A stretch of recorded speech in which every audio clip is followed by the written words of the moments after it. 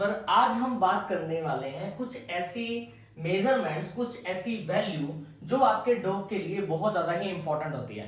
अब आप बोलोगे सर ये जो आप बता रहे हो ना हमारे लिए तो कोई ज्यादा इंफॉर्मेटिव ये है नहीं। ऐसा नहीं है, आपके लिए इंफॉर्मेटिव ये है क्योंकि जब भी आपका डॉग किसी भी प्रॉब्लम से सफर कर रहा होता है, बीमारी से सफर कर रहा होता है, तो आप कुछ टेस्ट करवाते हो अपने एक नजदीकी वेटनरी डॉक्टर से। और वो जो वेटनरी डॉक्टर है लगभग आपको एक सीबीसी जो नॉर्मल टेस्ट हमारा ब्लड टेस्ट होता है वो रिकमेंड करते हैं, एलएफटी रिकमेंड करते हैं। और LFT mean in the sense liver function test, और केएफटी किडनी फंक्शन टेस्ट। बाकी जो बायोप्सी वगैरह है वो कुछ सीरियस केसेस के अंदर, मेंज वगैरह के अंदर आपको रिकमेंड की जाती है।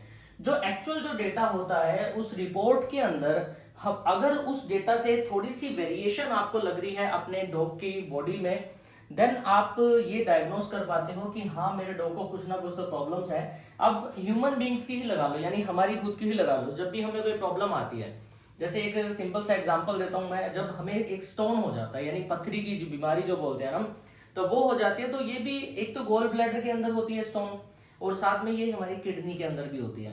जब किडनी के अंदर होती है या गोल ब्लैडर में होती है, तब आपके जो डॉक्टर है वो आपको ये बोलेंगे कि आप एक अल्ट्रासाउंड करवाओ, अल्ट्रासोनोग्राफी करवा लीजिए, और साथ में एक KFT basically kidney function test हम इसको बोलते हैं, आप वो करवा लीजिए। उससे हमें ये पता चल जाएगा कि जो हमारा जो जीएफआर है, ग्लोमेरुलर फिल्ट्रेशन जो रेट है वो कितनी डेवलप हो रही है, और उसके अंदर कितना यूरिया है, कितना क्रेटिनिन है।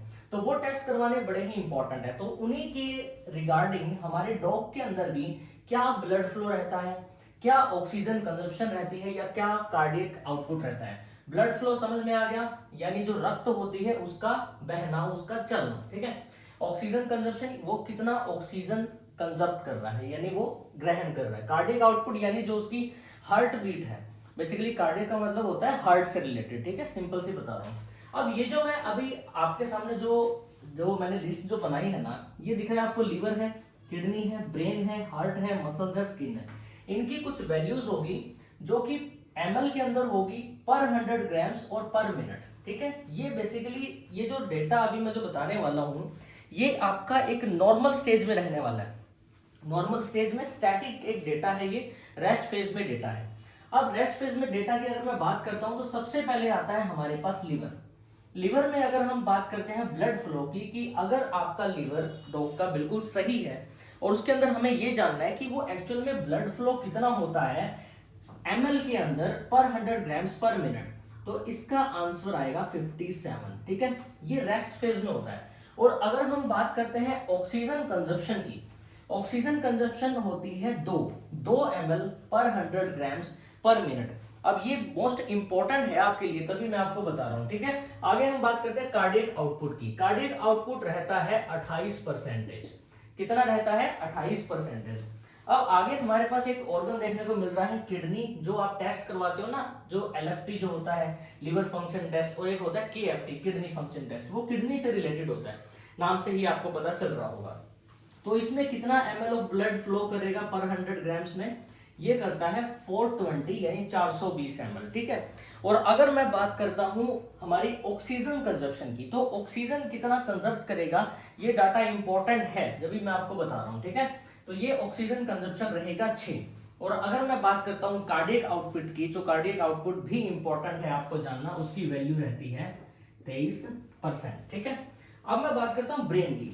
ब्रेन यानी आपको पता है खोपड़ी के अंदर पाया जाता है, स्कल के अंदर होता है, तो उसके अंदर क्या क्या वैल्यू रहती है हमें इनके बारे में पता होना चाहिए। तो ब्रेन के अंदर कितना एमएल ऑफ ब्लड एक स्टैटिक में पोजीशन में, एक रेस्ट में होता है पर 100 ग्राम पर मिनट में, वो होता है हमारा 54 ml। और अगर मैं बात करता हूं ऑक्सीजन कंजप्शन की, तो एक एक्यूरेट डाटा अभी आपको मैं बताने वाला हूं, 3.3 हमारा ऑक्सीजन कंजप्शन रहता है। और ये ध्यान देना, ठीक है, एमएल में पर 100 ग्राम पर मिनट के हिसाब से मैं आपको ये बता रहा हूं। कार्डियक आउटपुट हमारी इस ऑर्गन की रहती है 14%, ठीक है। अब हम बात करते हैं हार्ट की। हार्ट मतलब हमारा जो दिल जो होता है। अब दिल में ब्लड फ्लो पर एमएल पर 100 पर मिनट के हिसाब से कितना फ्लो करेगा, ये भी जानना हमारे लिए बहुत ज्यादा ही इंपॉर्टेंट है। तो इसकी वैल्यू रहती है हमारे पास 84। होप सो आपको अच्छे से नजर आ रहा होगा, ठीक है। हाँ, वीडियो बिल्कुल करेक्ट चल रही है, कोई दिक्कत वाली बात नहीं है। और अगर मैं बात करता हूँ ऑक्सीजन कंजप्शन की, तो ये आपको 9.7 पर ml देखने को मिलेगा पर 100 ग्राम पर मिनट के हिसाब से। और अगर हम बात करते हैं कार्डियक आउटपुट की, कार्डियक आउटपुट आपको 5 नजर आएगी, ठीक है, कितनी नजर आएगी 5। अब हम बात करते हैं मसल्स की। मसल्स जो हमारी जो मांसपेशियां होती है उनके अंदर आपको 2.7 ml देखने को मिलता है ब्लड फ्लो पर 100 ग्राम पर मिनट के हिसाब से। एंड 0.2 आई थिंक ये डाटा मैं थोड़ा सा भूल गया, 0.2, हाँ जी सॉरी 0.2 जो है आपको ये ऑक्सीजन कंजप्शन देखने को मिलेगी। और कार्डियक आउटपुट इस हिसाब से लगभग मेरे को लग रहा है कि 16 या 17 के आसपास हो सकती है। तो मैं इसको नॉर्मल रेशियो दे के चल रहा हूँ, 16 दे के चल रहा हूँ, ठीक है। तो इसके अंदर कार्डियक आउटपुट आपको कितनी देखने को मिलेगी, 16 देखने को मिलेगी। अब मैं बात करता हूँ स्किन की। स्किन बाहरी जो त्वचा जो होती है उसको हम स्किन बोलते हैं। अब इसके अंदर कितना रहता है, इसके अंदर रहता है 13। ये स्टैटिक ब्लड फ्लो बता रहा हूँ, ठीक है, नॉर्मल रेस्ट में। अब ये 13 रहता है। और अगर हम बात करते हैं ऑक्सीजन कंजप्शन की, ये भी बड़ा ही इंपॉर्टेंट है, ये डाटा रहता है 0.3। और अगर आगे हम बात करते हैं कार्डियक आउटपुट की, जो कि हमारी परसेंटेज में रहने वाली है 8%। तो आप ये जो डेटा है इसको लिख भी सकते हो, आपकी हेल्प करेगा ये। लेकिन एज सच इतना ज्यादा यूज नहीं होता, लेकिन मेरा फर्ज बनता है कि मैं आपको इन चीजों से रूबरू करवाऊं, बिकॉज आप पेट पेरेंट हो, आपको इन चीजों के बारे में बताना हमारा एक कर्तव्य है, आपको सजेशन देना, आपको गाइड करना हमारा एक कर्तव्य है। आई नो वेरी वेल कि ये आपके इतना काम नहीं आएगा, लेकिन ये काम आएगा उस सिचुएशन में जब आपका डॉग काफी ज्यादा सेवियर प्रॉब्लम से सफर कर रहा है। अगर उसको बार बार हार्ट अटैक वगैरह की समस्या आ रही है, लिवर से रिलेटेड प्रॉब्लम है, किडनी से रिलेटेड प्रॉब्लम है, उसके अंदर स्टोन्स है, ब्रेन से रिलेटेड है, न्यूरोलॉजिकल डिसऑर्डर्स है, उसको कार्डियक अरेस्ट वगैरह हो रहा है, मसल्स में किसी तरह की कोई क्रैम्प वगैरह डेवलप हो रहे हैं, या स्किन से रिलेटेड बीमारियां जो डेवलप हो जाती है डॉग में, टाइम टू टाइमली देखने को मिलती ही है, चमड़ी से रिलेटेड बहुत सारी बीमारियां होती हैं। तो उस सिचुएशन में उनको ठीक करने के लिए ये जो डेटा है आपका बड़ा ही हेल्प करने वाले हैं। होप सो ये जो इन्फॉर्मेशन हमने शेयर की है आपके कहीं ना कहीं काम आएगी। Thank you so much.